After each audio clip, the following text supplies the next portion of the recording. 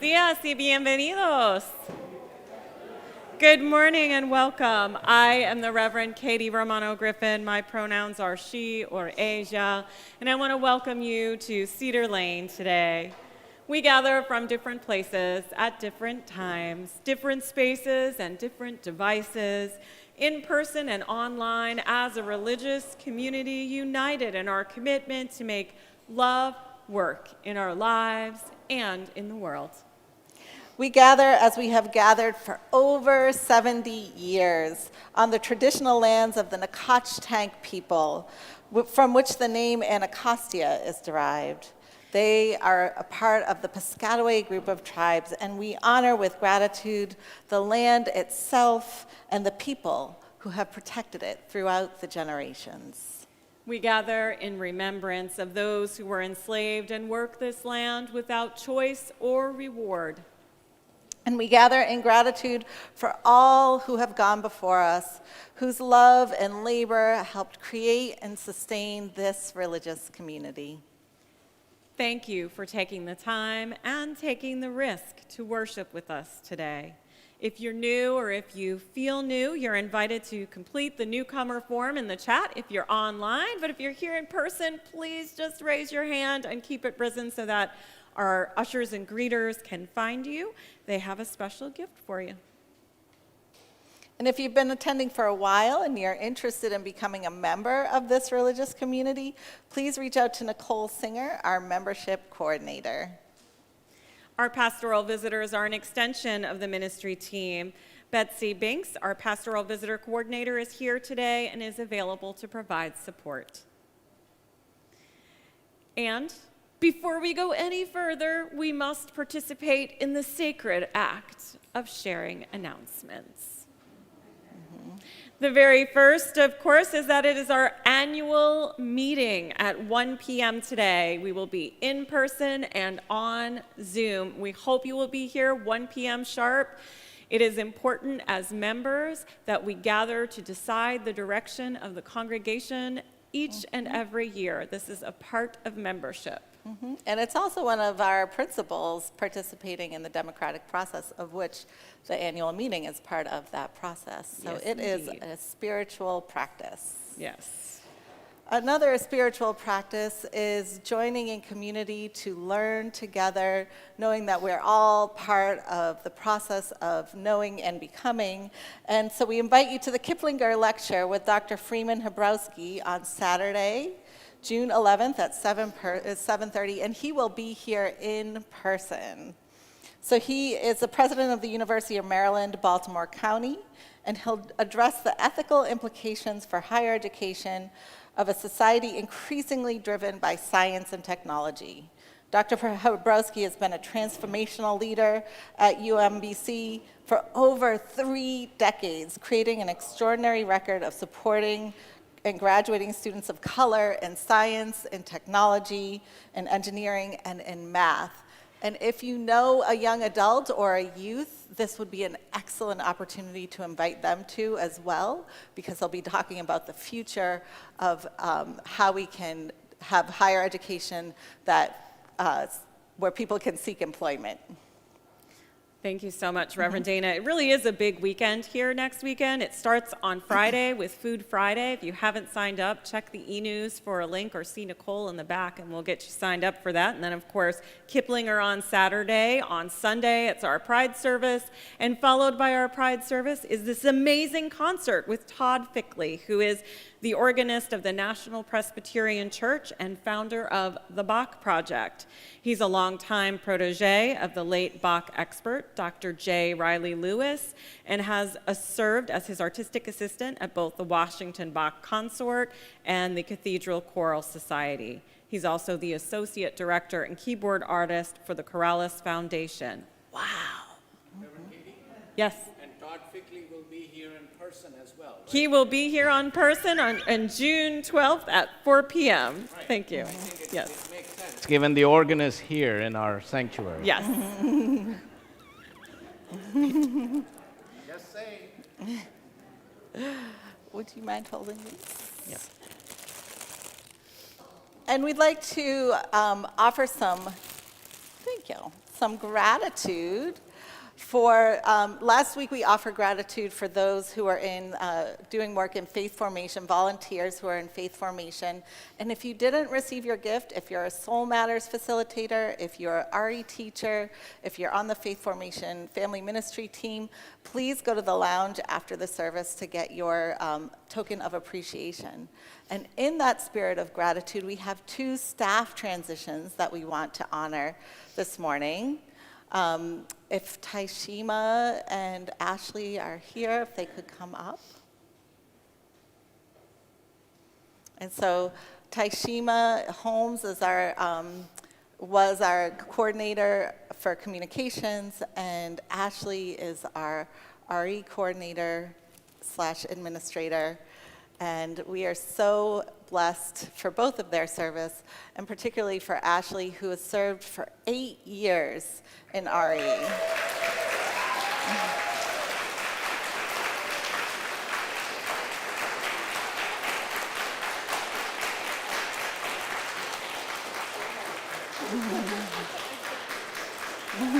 Thank you, Ashley.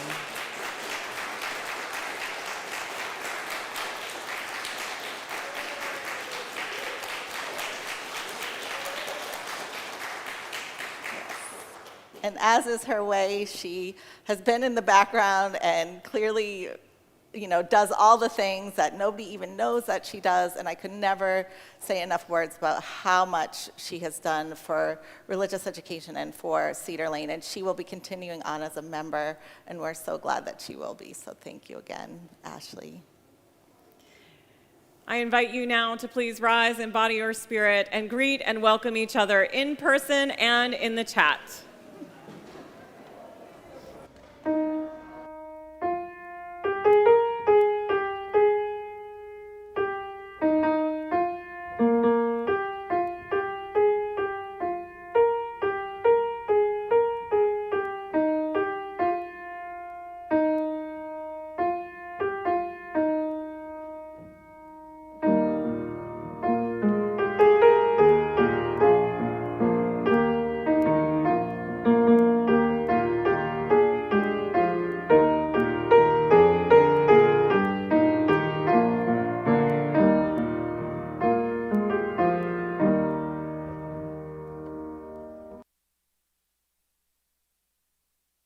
I don't know why. Yeah.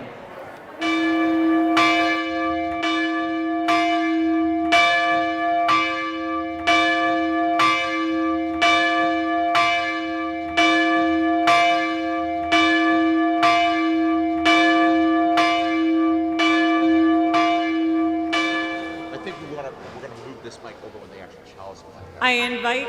Ooh. Are we standing up here for the chalice? Hello. I invite you to rise again in body and spirit as we call forth the flower procession. You are invited to rise to read hymn number 8, Mother Spirit, Father Spirit. We'll sing it together.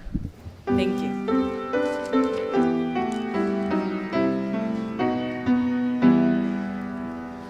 Mother Spirit, Father Spirit, where are you? In the sky song, in the forest sounds your cry. What to give you, what to call you, what am I? Many drops are in the ocean deep and wide. Sunlight bounces off the ripples to the sky. What to give you, what to call you, who am I? I am empty, time flies from me, what is time? Dreams eternal, fears infernal haunt my heart. What to give you, what to call you, oh my God. Mother Spirit, Father Spirit, take our hearts. Take our breath and let our voices sing our parts. Take our hands and let us work to shape our art.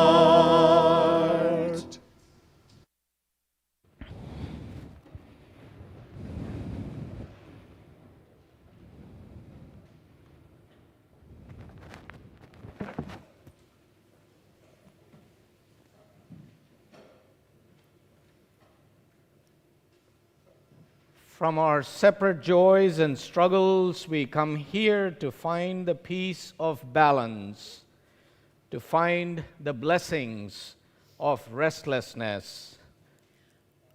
Let us together say, all are welcome. All are welcome. To follow, to lead, to teach, to learn, all are welcome. To join in the dance, to catch our breath. All are welcome. To give generously, to receive gratefully. All are welcome. If we are steady and composed, if we feel completely lost, if we don't know what we are feeling, this community has a place for us. Here we matter and we are loved. All are welcome. If you are steady and poised, if you feel completely lost, if you don't know what you feel, this community has a place for us. We matter. All are welcome. We are loved.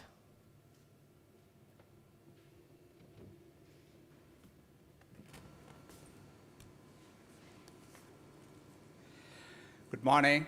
I'm Rajendran. I'm the worship associate for today. My pronouns are he and him. And now invite Peter Mathis and Bonnie Beavers to please come up and kindle the chalice.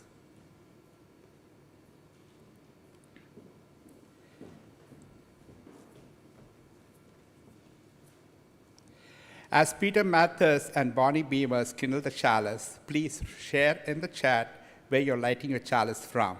Please rise in body and spirit to share the chalice lighting words. We kindle the chalice to remind us of the light that brightens all our lives. We gather different flowers to remind us of the unique contribution each person to our shared faith. As we gather here, we remind ourselves that like the flowers are many, we, like the light, are one. In our community of faith, may we, though many, be the one in spirit, in truth, and in service. Thank you.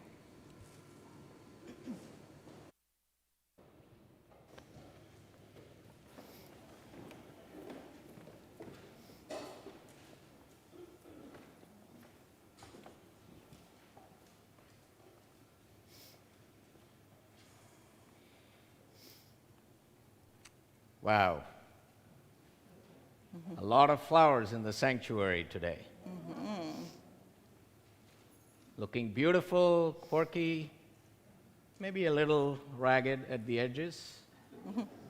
I mean, these flowers. The Flower Communion is a uniquely Unitarian Universalist celebration created by Czech Unitarian ministers, the Reverends Dr. Norbert and Maha Čapek, who founded the modern Unitarian movement in the Czech Republic. In fact, this year is the centennial of the founding of the Czech Unitarian Church in Prague. They introduced the special service to that congregation on June 4th, 1923. Dr. Čapek was born on June 3, 1870, in what was then Czechoslovakia. He became a reporter during the First World War. He then came to the United States, where he served in the Army intelligence during the war. Norbert met and married Maha in New York, and they became Unitarians. They returned to Prague in 1921 and founded the Unitarian Church with the help of the American Unitarian Association. Maha was ordained in 1926. Now, in those days, the Prague church services consisted of lectures and some music. So the Čapeks felt that these lectures alone were quite dry and even boring. So they saw the need for some symbolic ritual that would bring people closer together as a religious community. And so, inspired by a walk that Reverend Chopek took one day on a beautiful spring day when he came across this field of flowers right in the middle of downtown Prague, they decided to introduce the flower communion service. For this service, everyone was asked to bring a flower to church, and during the service, members would place their flowers inside a large vase. Toward the end of the service, each person would take a different flower from the vase. When Maha came to the United States in the spring of 1940, she introduced the flower communion to the Unitarians at First Parish Church in Cambridge, Massachusetts, my hometown. That's right. When the Nazis took control of Prague in 1940, they found Dr. Chopek's gospel of the inherent worth, dignity, and beauty of every human person to be, as Nazi court records show, too dangerous to the Reich for him to be allowed to live. In March of 1941, Chopek and his youngest daughter were arrested by the Gestapo and sent to Dresden prison. Later, he was transferred to the Dachau concentration camp, where he was killed in October of 1942. Before his death, Chopek's courage in the face of torture and starvation was a source of inspiration for his fellow prisoners.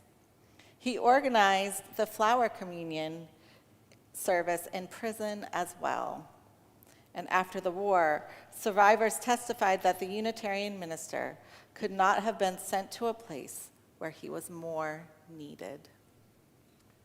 Dr. Chopek's message of human hope and decency and his sacrificial commitment to justice, equity, and liberation lives on through the flower communion, which we celebrate today. We invite you now to please rise in body and or in spirit to sing hymn number 346. 346. Come sing a song with me. In the gray hymnal, not 352, it's 346.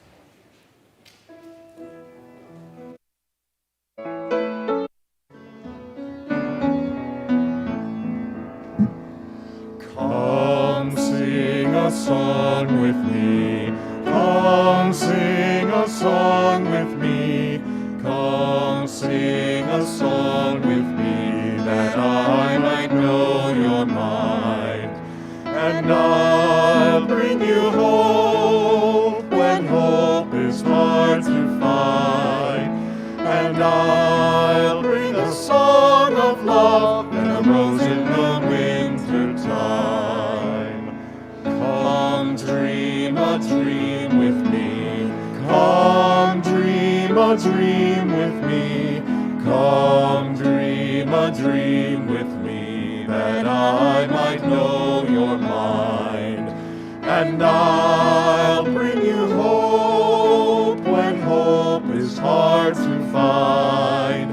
And I'll bring a song of love and a rose in the winter time. Come walk in rain with me. Come walk in rain with me. Come walk in rain with me, that I might know your mind. And I'll bring you hope when hope is hard to find. And I'll bring a song of love and a rose in the winter time. Come share a rose with me. Come share a rose with me.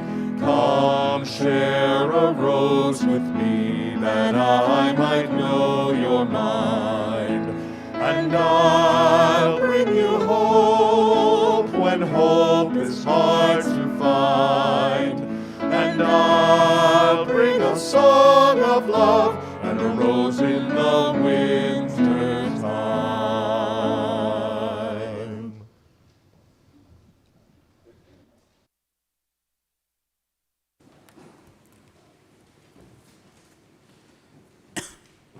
morning.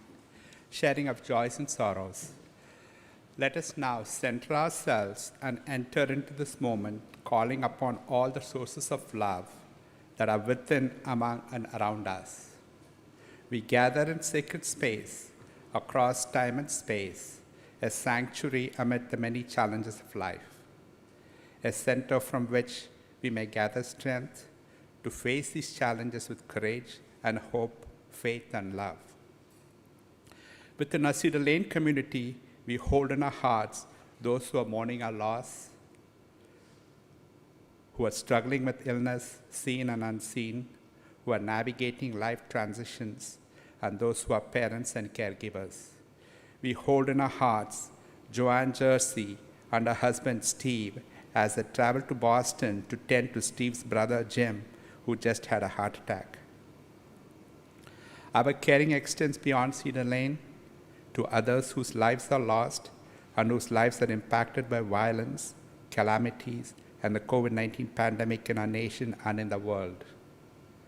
We pray for the people of Ukraine and those around the world who are currently suffering the ravages of war. We are heartbroken over the killing of 4 people in the latest mass shooting at a medical center in Tulsa, Oklahoma, and 2 people at a church in Ames, Iowa.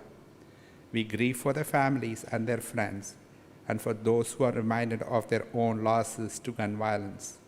May these friends of ours, our companions in the world, and all the joys and sorrows we hold in our hearts, be held in the embrace of silence. As we enter the silence together, those who are mourning a loss or marking the anniversary of a loss of a loved one are invited to rise in body and or in spirit and share their names in the chat. May we hold the silence as the silence holds us.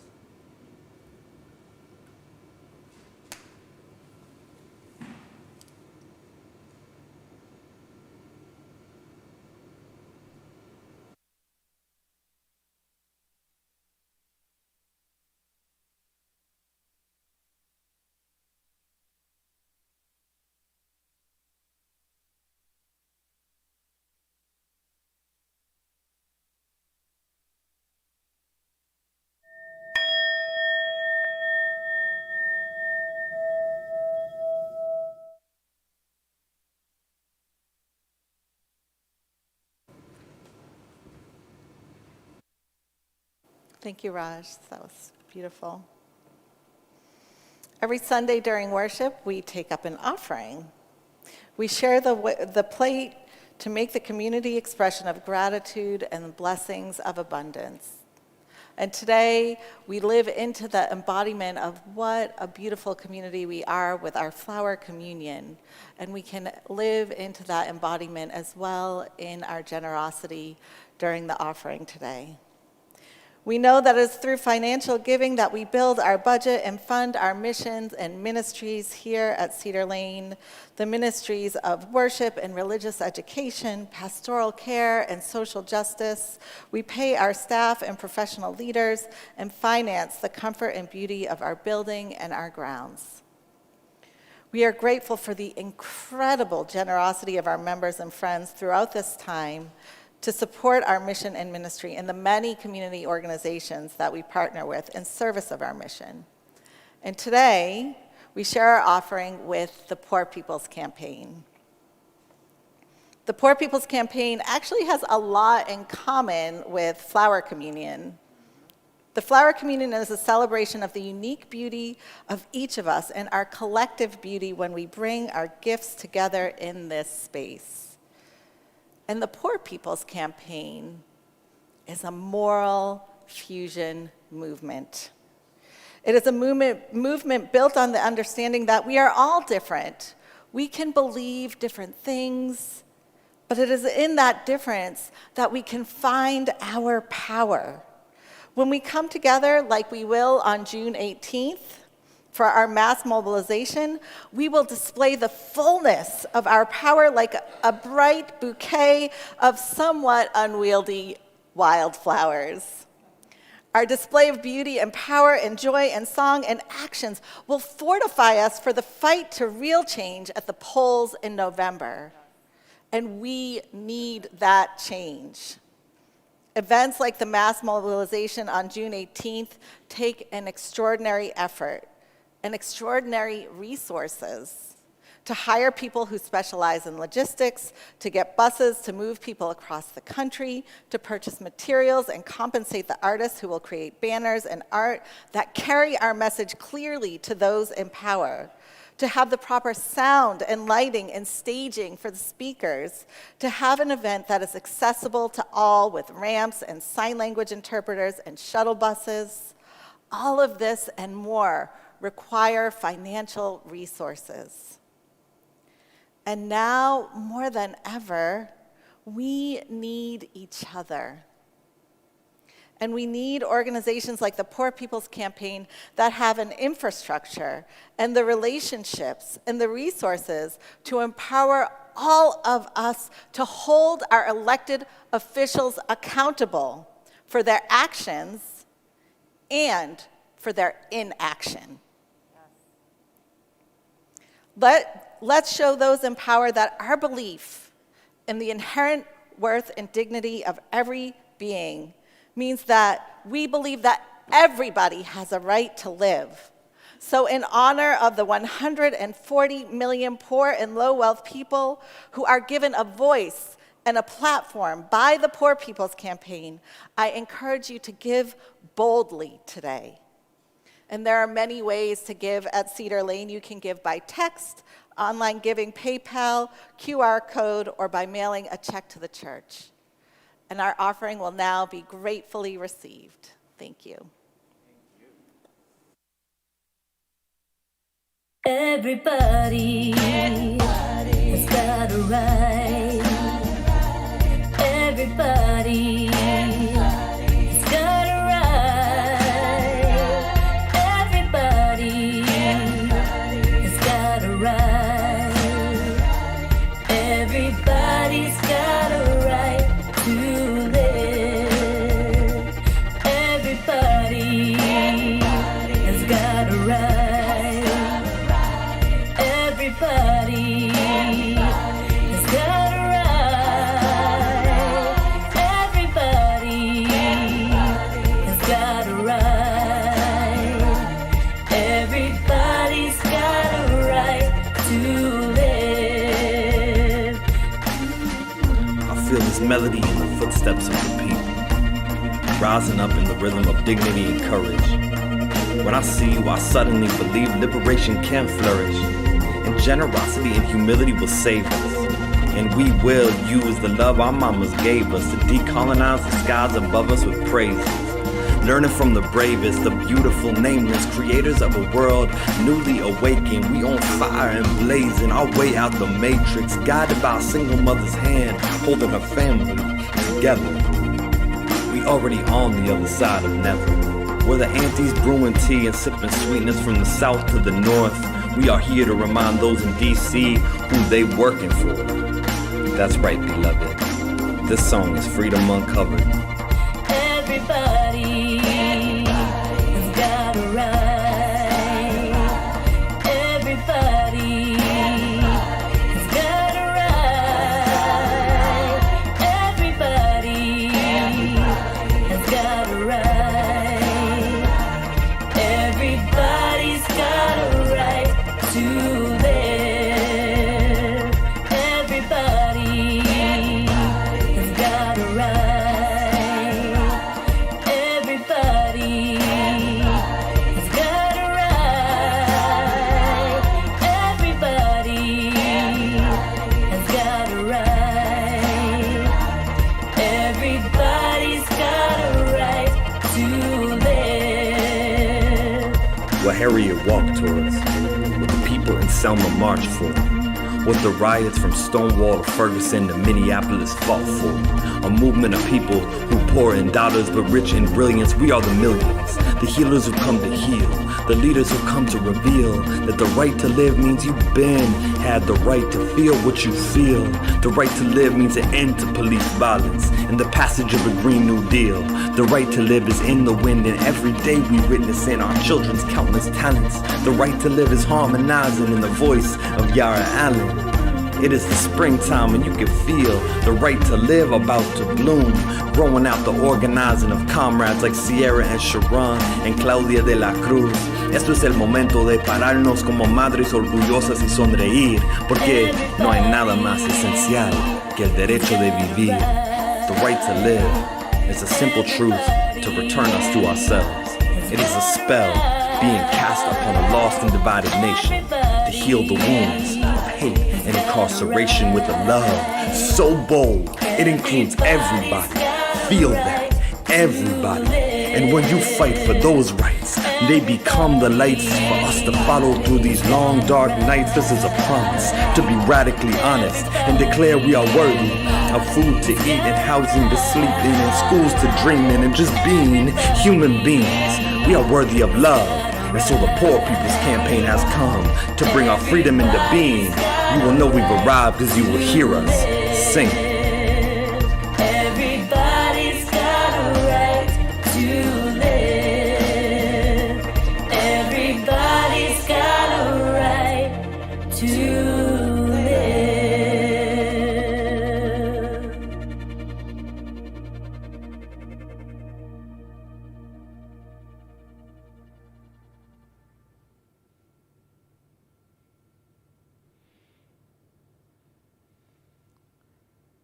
Everybody's got a right to live.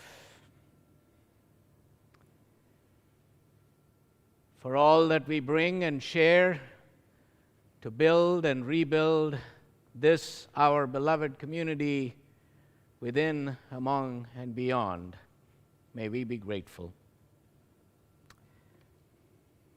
Thank you, Reverend Dayna, for one of the best offering sermons I have heard. She preached.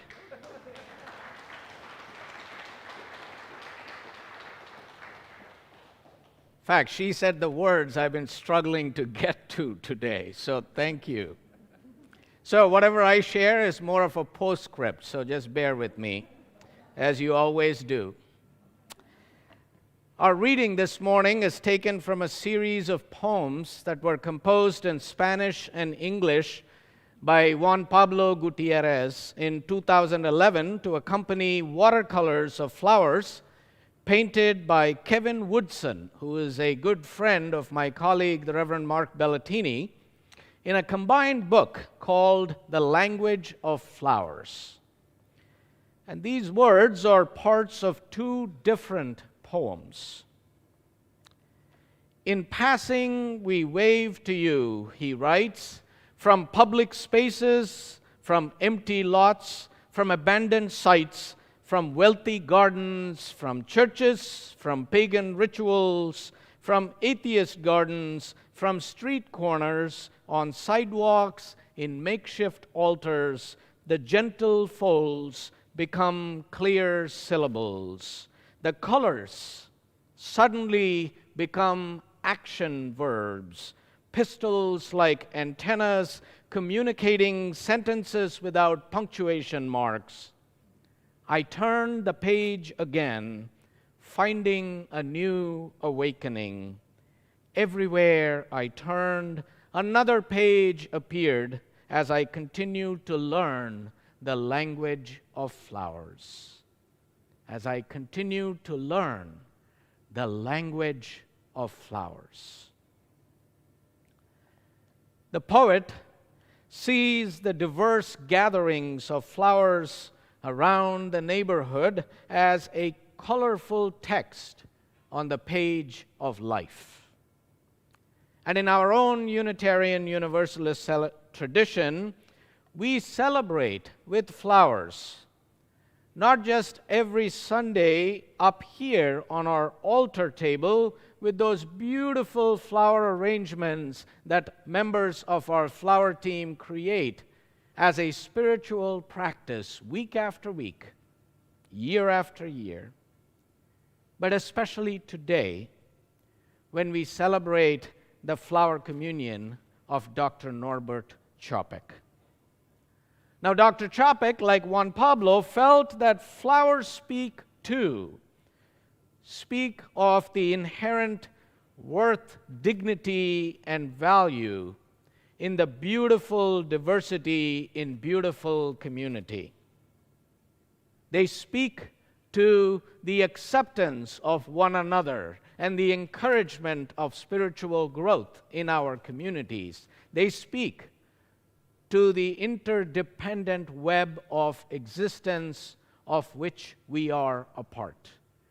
And they speak to the building of an anti-racist, multicultural, beloved community that we are called to live into being. All of those. For Dr. Čapek, these flowers were more eloquent than the spoken word.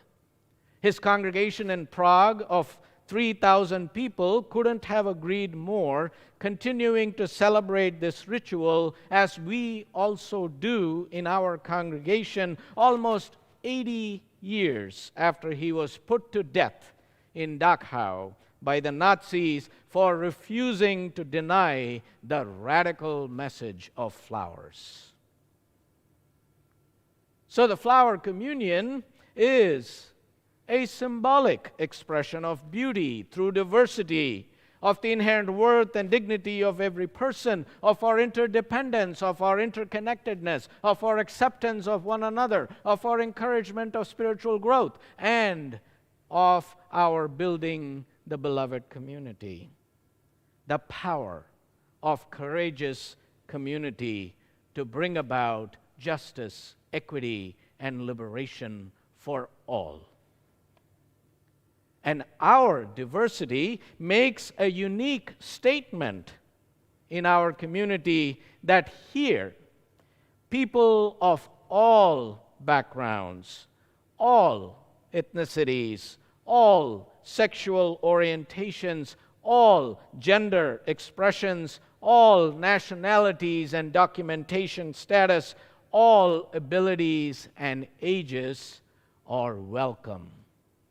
Which is why we proclaim every Sunday, not as rote words, but mean it when we say, whoever you are, whomever you love, wherever you are from, whatever your beliefs, your sexual orientation, your gender identity and expression, your disability, your immigration or documentation status, your political beliefs, you are welcome here.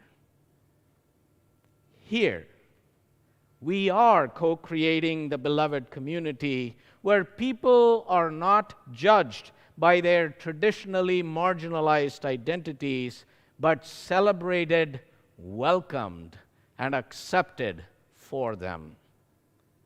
I mean, where else can this be said to be so? From a pulpit. I really ask you, where else can you hear that said openly, proudly, loudly, joyously? Only in Unitarian, Universalist religious communities like Cedar Lane. I say this, friends, because there is a sense somehow that seems to be creeping in, not just in our own faith communities, but across faith communities, that somehow religious institutions no longer matter. They do. They really do, especially now. So bear with me. The flower communion is not just a symbolic celebration of diversity.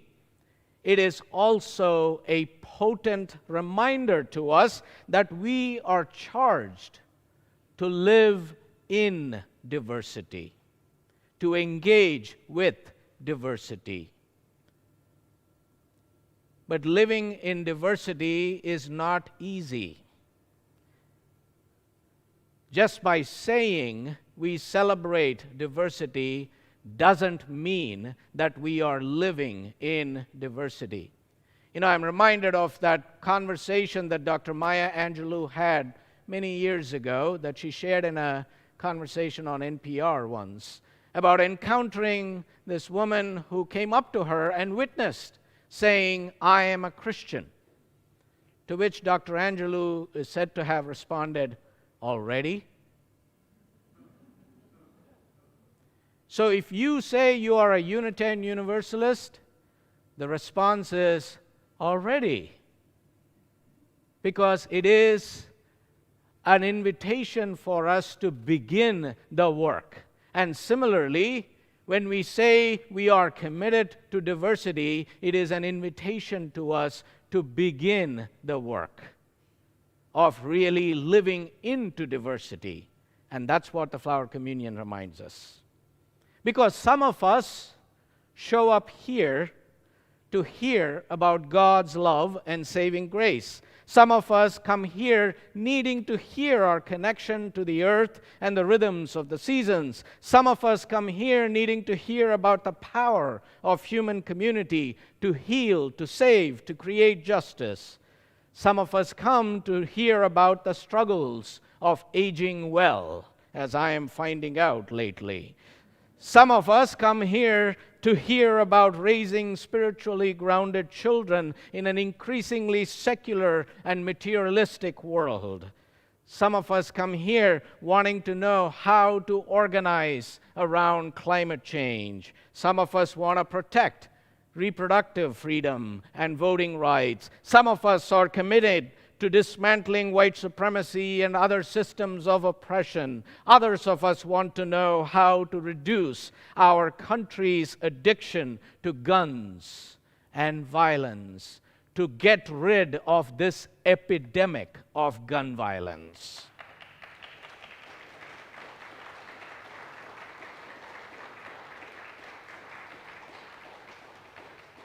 Some of us come here to find respite from all of this and to just be, to be grounded in this space, to find that spiritual connection, to explore the eternal while nurturing community. Some of us come here to hear the peaceful tones of classical music that Dr. Jasmine Lee provides with such aplomb on Sunday mornings.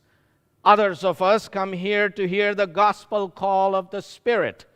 And still others come here looking for the rhythms of rap and hip-hop, challenging us to thrive. Yes, we do. Yes. And we're going to put together something. Right, Rachel? All right, thank you. Now, in spite of our different and differing needs, we come together knowing that we cannot meet everyone's needs, let alone can we be a community where no cause is left behind. Right. That we can't meet everyone's needs all the time perfectly, but together we can find ways to feed one another enough to make a difference in each other's lives so we can go out into the world and heal a broken world. But again, this isn't an easy vision to live into, because it isn't just the mere fact of diversity that this community strives to embrace, as Professor Dayna Ek explains in her book, Encountering God, A Spiritual Journey from Bozeman to Benares. She says it is the energetic engagement with diversity. It is about building relationships with one another, listening to one another's stories, hearing one another's pain and joy, journeying alongside, companioning each other when we cannot understand but can still be present to one another. So it's not just talking about tolerating diversity, as in, you can come, but please keep your experiences to yourself, but actually engaging with it, even when we are feeling uncomfortable, learning to live with our discomfort together. Or as Professor Eck explains, actively seeking understanding across lines of difference.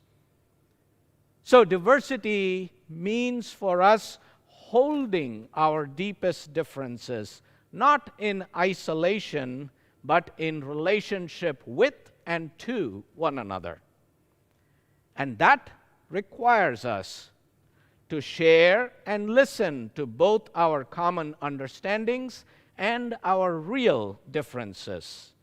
We may not agree with one another, but we agree to come and stay at the welcome table.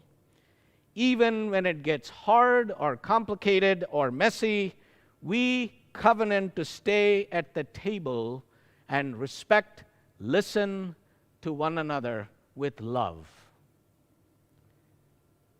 Now, Dr. Čapek was imagining all this when he introduced the flower communion and continued to lead the flower communion during the Nazi occupation, when white supremacy, fascism, anti-Semitism, and the militarism of the Nazi war machine stripped the rights and extinguished the lives of millions of Jewish people, GLBTQ people, people of color, and all those who dared to oppose them, proclaiming to the world that there is nothing to fear in our differences, that our differences need not divide us, and that we need not think alike to love alike, as is commonly misattributed to our Transylvanian forebear, Francis David. It's a good quote, though.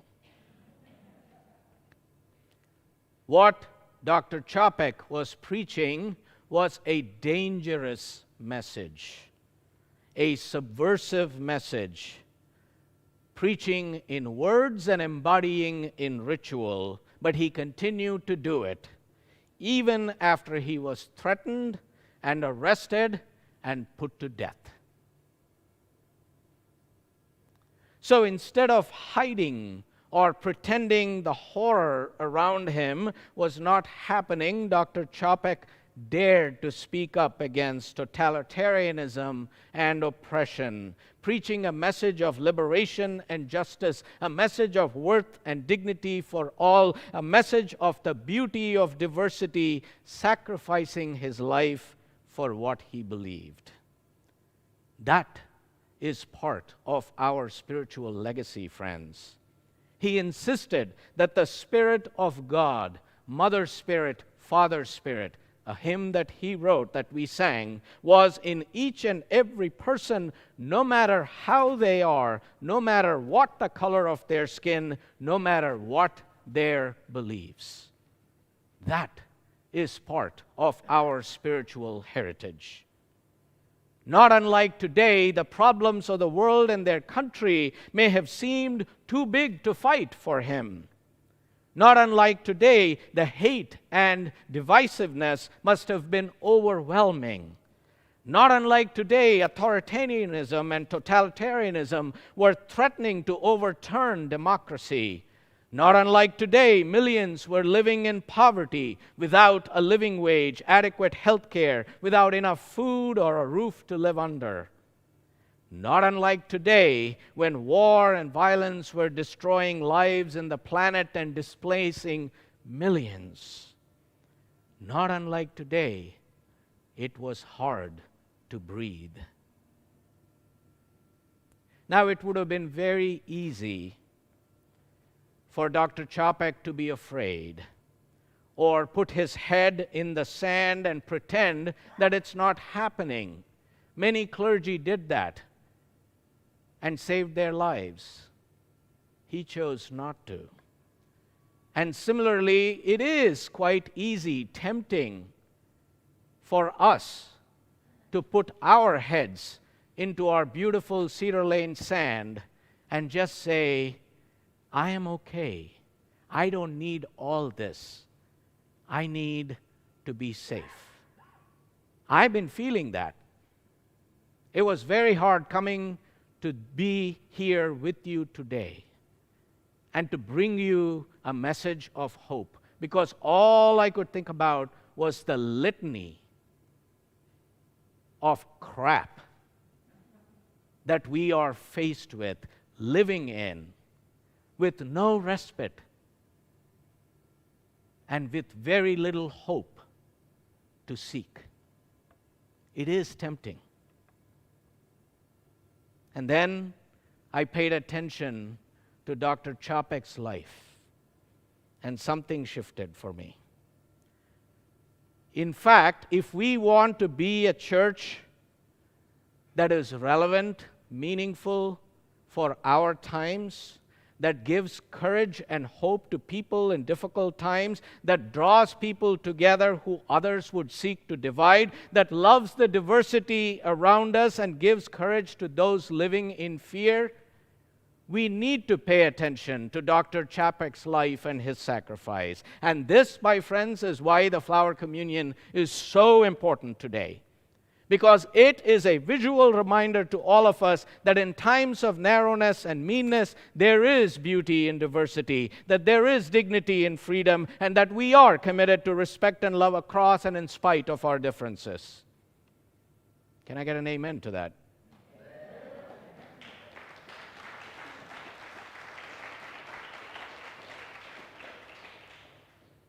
One of my favorite quotes from Dr. Maya Angelou is, "Love recognizes no barriers. It jumps hurdles, leaps fences, penetrates walls to arrive at its destination full of hope." And each week, we attempt, in our own imperfect, messy ways, to hurdle the lures of apathy, exhaustion, anxiety, and fear to gather as one community, both in person and online. We leap fences created by xenophobia, homophobia, sexism, misogyny, transphobia, classism, ageism, ableism, and racism to be here together as one body. We penetrate walls most of society and most religious traditions use to divide, and we arrive here at our destination with some hope in our hearts. And as Dr. Angelou said, "I know for sure love saves me, and it is here to save all of us." And in developing such love that recognizes no barriers, we begin by lifting up and celebrating the diversity among us. So together we lift up and celebrate our brothers and sisters and siblings who are gay, lesbian, bisexual, transgender, gender nonconforming, genderqueer, for bringing their lives, their experiences, their families, their gifts and their trust into the life of this religious community, when it might be so much easier for them to be with a community with common experiences and common challenges.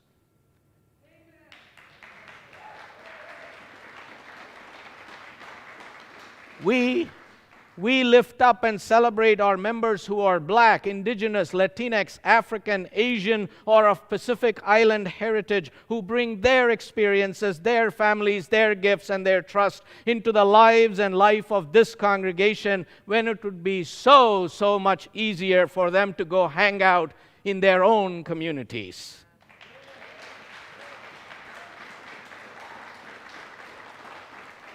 We lift up and celebrate our members with disabilities whose physical, psychological, developmental challenges call us to think about what welcoming truly means and honor their gifts, their trust, their families, which they bring into the life of this religious community when it is a struggle for them to be in community with people who have been socialized to look away from disability.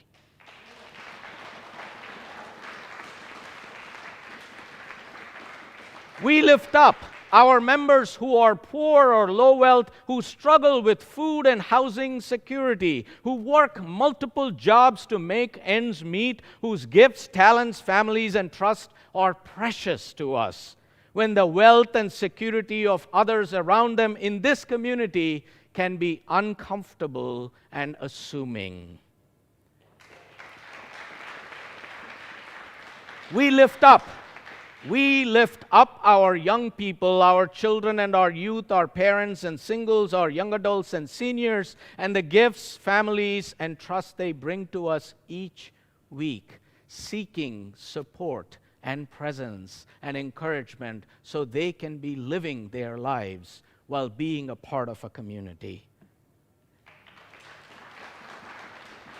And we lift up and celebrate our humanists, our theists, our Christians and Buddhists, our Hindus and Jews, our naturalists and earth-centered spiritualists, our atheists and agnostics, and all those who call themselves other, all who bring their families, their gifts, their trust to us, so that our lives and their lives are enriched, deepened by our theological diversity. And this,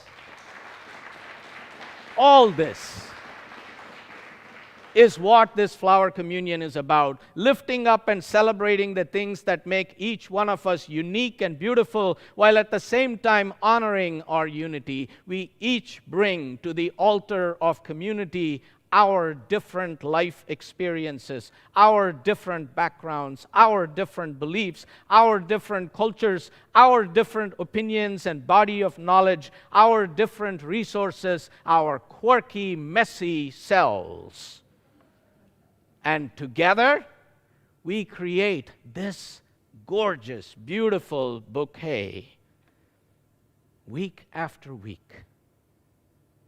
Strong and vibrant, loving and courageous, tender and vulnerable, messy and quirky. That's what we do. And that's what we need to continue doing. Dr. Chapek was murdered in Dachau. But like the flowers that bloom on street corners and sidewalks, the courage, beauty, and strength of his life inspired thousands of lives to bloom. His message of resistance, of defiance, of hate, of a vision of beloved community where all souls are welcome and belong, survives in the lives he touched, and through this ritual we practice yearly. And so, let our flower communion be a reminder to us, all of us, to look for places where flowers are struggling and to bust open that concrete that would hold back the coming of the age of the beloved community and prevent the blooming of a new age. Let 1,000 million flowers bloom. May it be so. Amen.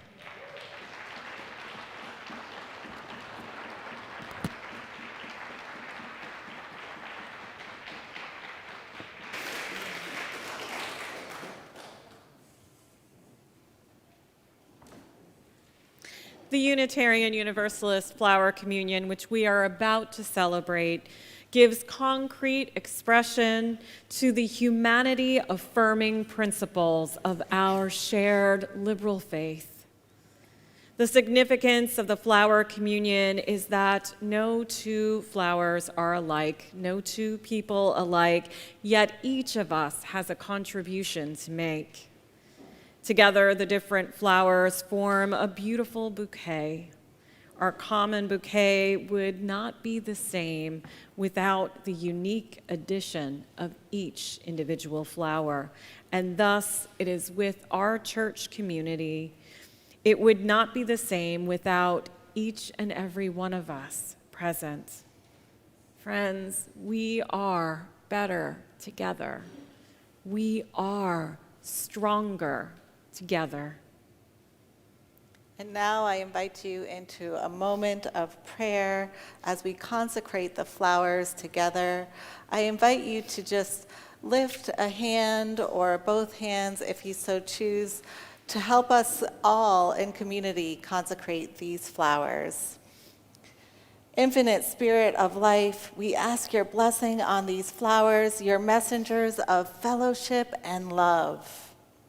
May they remind us amid diversity of knowledge and of gifts to be one in desire and affection and devotion to your holy will. May we cherish friendship as one of our most precious gifts. May we realize that whatever we can do, great or small, the efforts of all of us are needed to do your will in this world. May the flowers we have shared today remind us that all are precious and all are beautiful, each in their own unique and special way. Together, we create an amazing bouquet. May this garden flourish. May it be blessed in this world. May all of us be guided always by the transforming power of love. Amen and blessed be. Thank you, Reverend Dayna. I want to acknowledge those who are joining us online in the moment or at a later time.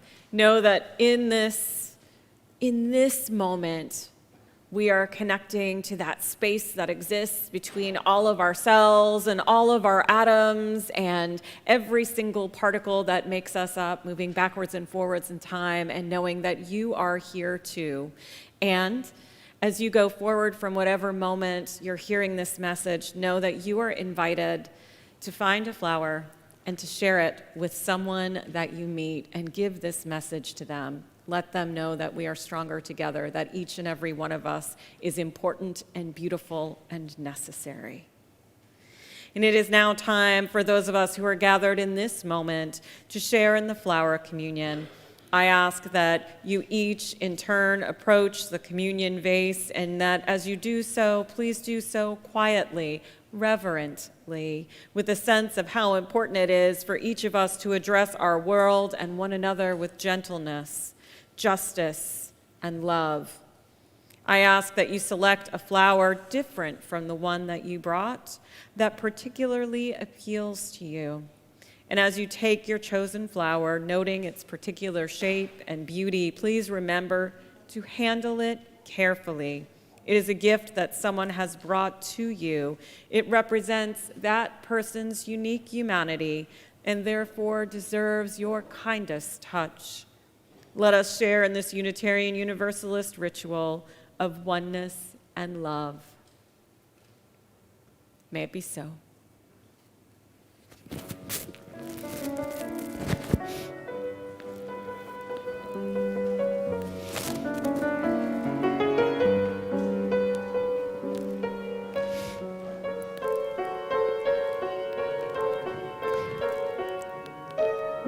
Excuse me.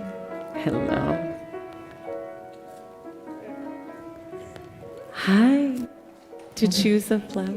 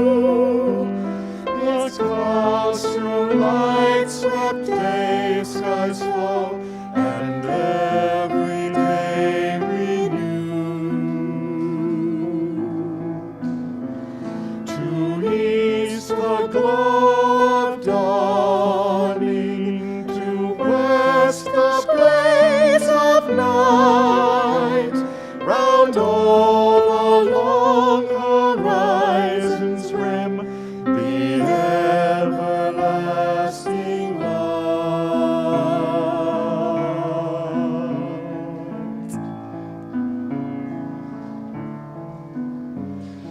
This land of open vistas, life rooted deep and free, thy canyon plains, thy mountains vast, plums earth's immensity.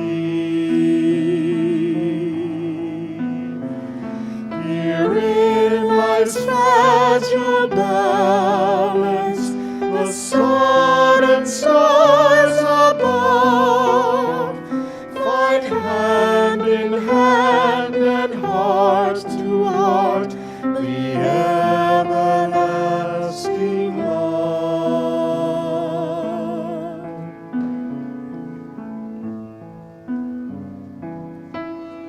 Land of bursting sunrise, all lavender and blue, its clouds to light swept day skies show, and every day renew. To east the glow of dawning, to west the blaze of night, round all the long horizon's rim, the everlasting light. This land of open vistas, life rooted deep and free, thy canyon plains, thy mountains vast, from earth's immensity. Herein life's fragile balance, the sun and stars above fight hand in hand and heart to heart, the everlasting love.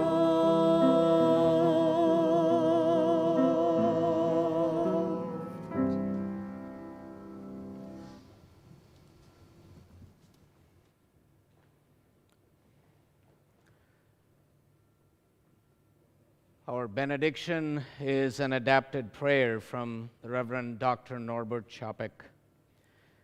In the name of Providence, which implants in the seed the future of the tree, and in the hearts of all people the longing to live in love, in the name of sages and great religious leaders who sacrifice their lives to hasten the coming of peace and justice, let us renew our resolution to be real siblings, regardless of any kind of bar which separates us from one another. In this resolution may we be strengthened, knowing that we are one family, that the spirit of love unites us as we strive for a more perfect and joyful life. Let us go in peace, friends.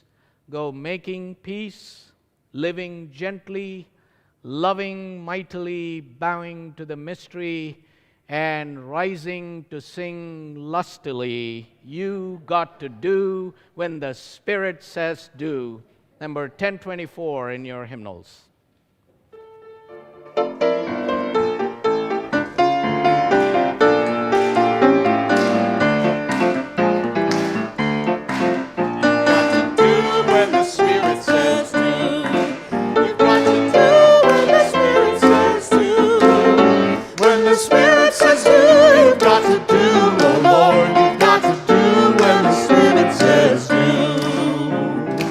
Spirit says do, Spirit says do, Spirit says do, Spirit says do. Spirit says do. Spirit says do. Sing! You've got to sing when the Spirit says sing. You've got to sing when the Spirit says sing. When the Spirit says sing, you've got to sing, oh Lord. You've got to sing when the Spirit says sing. Spirit says sing. Spirit says sing. Spirit says sing. Spirit says sing. Spirit says sing. Spirit says sing.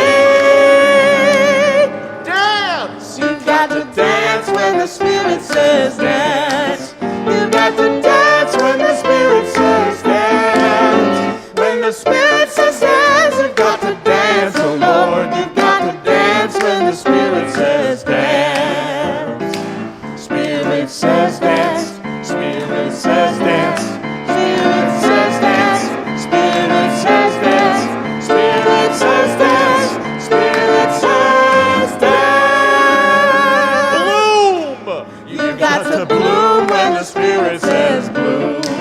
You've got to bloom when the Spirit says bloom. When the Spirit says bloom, you've got to bloom, oh Lord. You've got to bloom when the Spirit says bloom. Spirit says bloom. Spirit says bloom. Spirit says bloom. Spirit says bloom. Spirit says bloom. Spirit says bloom. Do! You've got to do when the Spirit says do. You've got to do when the Spirit says do. When the Spirit says do, you've got to do, oh Lord. You've got to do when the Spirit says do. Spirit says do. Spirit says do. Spirit says do. Spirit says do. Spirit says do. Spirit says do. Spirit says